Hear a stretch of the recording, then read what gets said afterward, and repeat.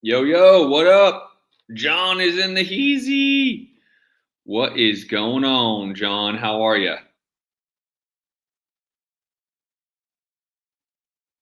My man, what's happening? All right, as you guys are jumping on, let me know your name, the market you're in, and your level of experience. Again, your name, the market you're in, and your level of experience so we can say what's up. Would love to be able to connect a little bit more. John, I see you're doing awesome. Great to hear.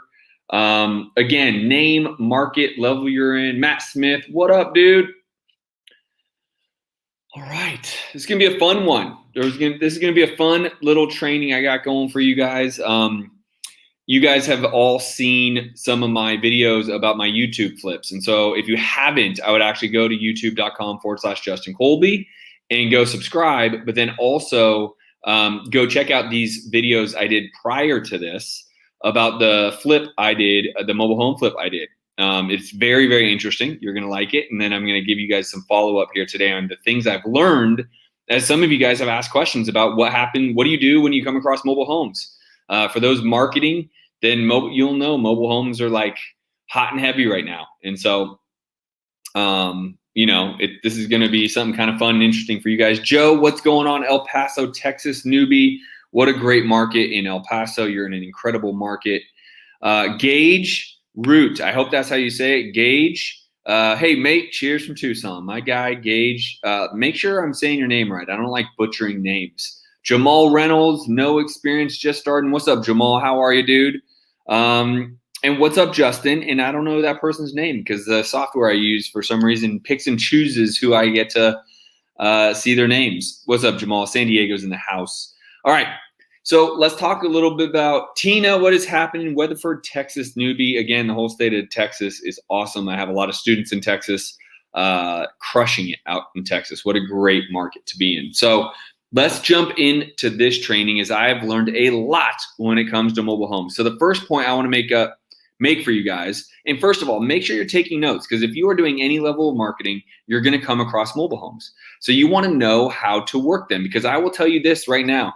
In the state of Arizona, and I'll say, Tucson and Phoenix primarily, mobile homes are rampant and quite literally the only affordable housing left. I mean, literally, the markets here in Phoenix specifically that we'd consider a war zone and you can always get deep discounts, that is no longer the case. Like you're still buying a home for $200,000 that 3 years ago we'd be buying for $85,000.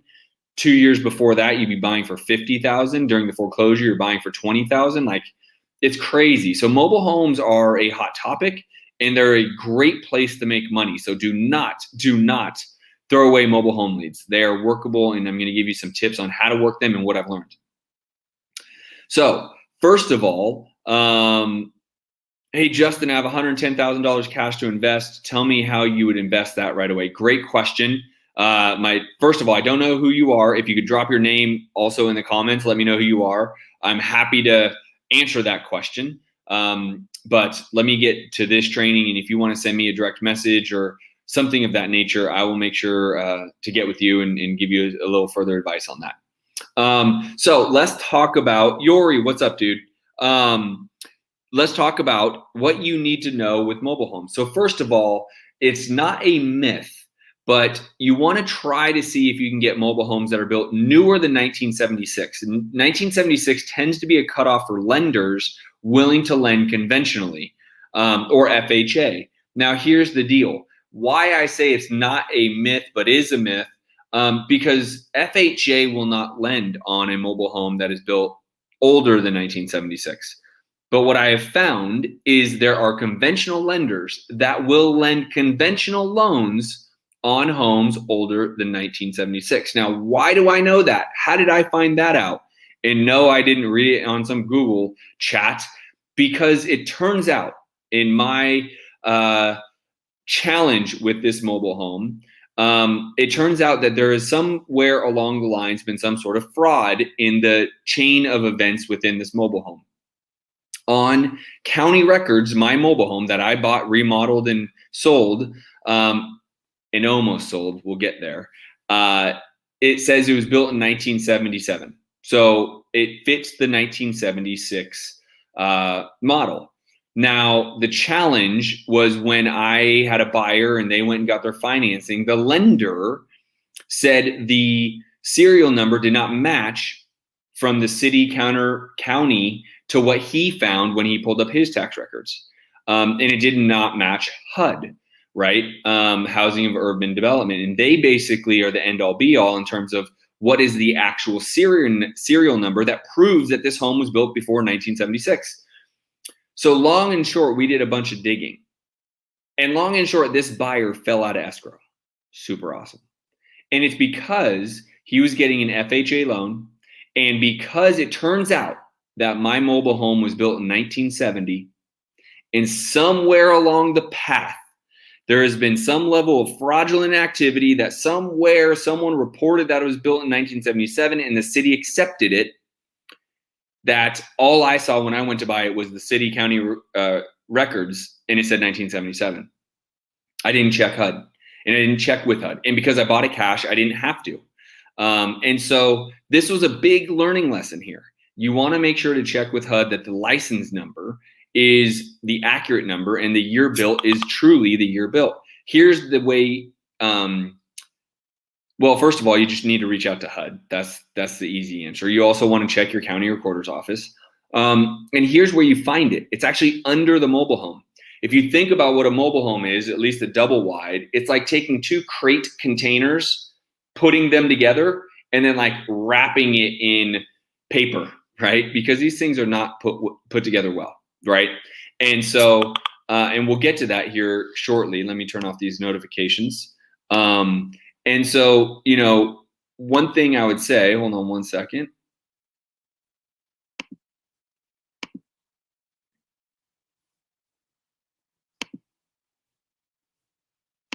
So one thing I would say is be aware of this. And the best way to find it is find the serial number under the mobile home. Well, guess what? I actually couldn't fit under the mobile home. So I had to go find an engineer company that would allow me to pay one of their employees to fit under the mobile home because I have wide shoulders and the hole is very small. And so it took a challenge. It literally took two different people taking photos of different serial numbers so that we could match it to HUD to see if it all worked out.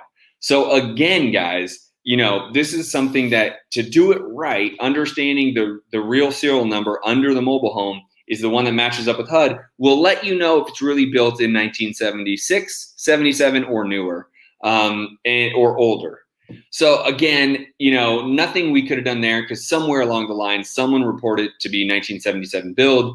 The city said it was, so we just didn't question the city because who would, right? If the county recorder's office says that this home, this single family home was built in 1975, you just trust them saying, okay, that's built in 75. Somewhere, somehow, that is not the case. So needless to say, everybody, I yet have sold this dang mobile home, which is crazy. I've done 2 videos about this. You need to go back to my YouTube channel and watch these videos about my mobile home story. But one of the reasons is because of this. The other one is because how it was built. So we remodeled the whole thing, totally remodeled it, right? New kitchen, took down an interior wall. But here was another reason why I've had 3 buyers in escrow and all of them have backed out for different reasons. Here was another reason why a buyer backed out. Because when we did the remodel, little did I know that there was quite literally nothing attaching the ceiling to the top of the mobile home, nothing. So when they build these things, it's like I said, they like wrap it with paper. Like it is like the cheapest way to build anything, right? But that's why it's such an affordable housing. So when we remodeled it, my construction crew did not initially put any 2x4s in there and just redid the ceiling the way they are originally built. Well, what happened is our material was heavier and we put in can lights, which the mobile did not have can lights. And ultimately, after about 2 weeks, the ceiling started to sag. Well, guess when that time frame was? Right during my buyer's inspection. So my buyer walked through and said, hey, I need this, ceiling to be fixed, and it cost an extra $8,000. I went ahead and did it, and they still backed out of escrow. So I spent an extra $8,000 redoing the whole ceiling. doing a couple other things that were brought up in the inspection, and they still backed out based around the inspection report. And then lastly, guys, and this happened just recently, we were ready to close, quite literally, we were ready to close Monday this week, and the buyer backed out. Now get this, the buyer was a licensed inspector. He was a licensed inspector himself.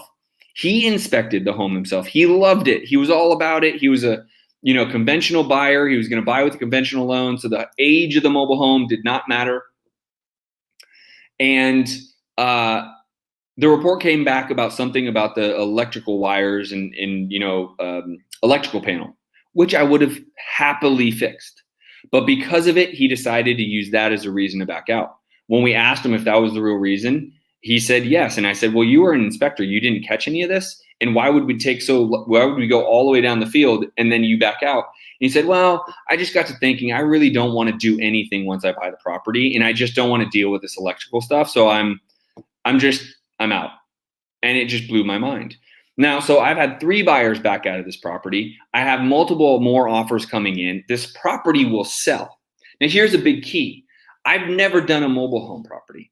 The only 2 times I've ever been hurt financially, really hurt financially, is when I went out of my comfort zone. I bought a piece of land and I started developing 79 townhomes.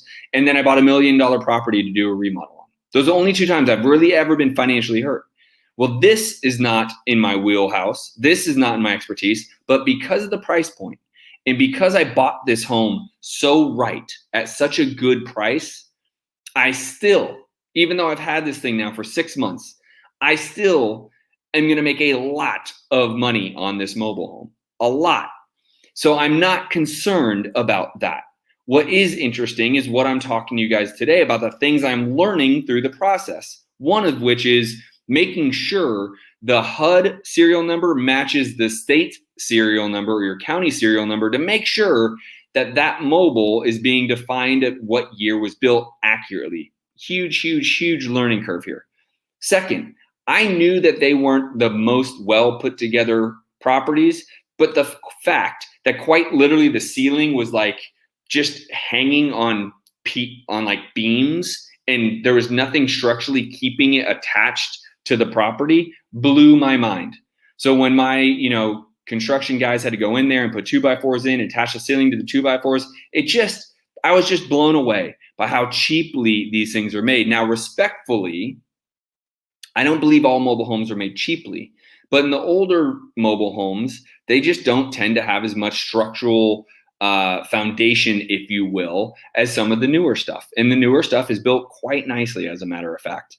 And then lastly, guys, is just this understanding of like how picky our buyers are when it comes to the mobile home, right? It's a lower price point, and they don't necessarily have as many funds to come in and do things to the home as if someone did at a higher price point.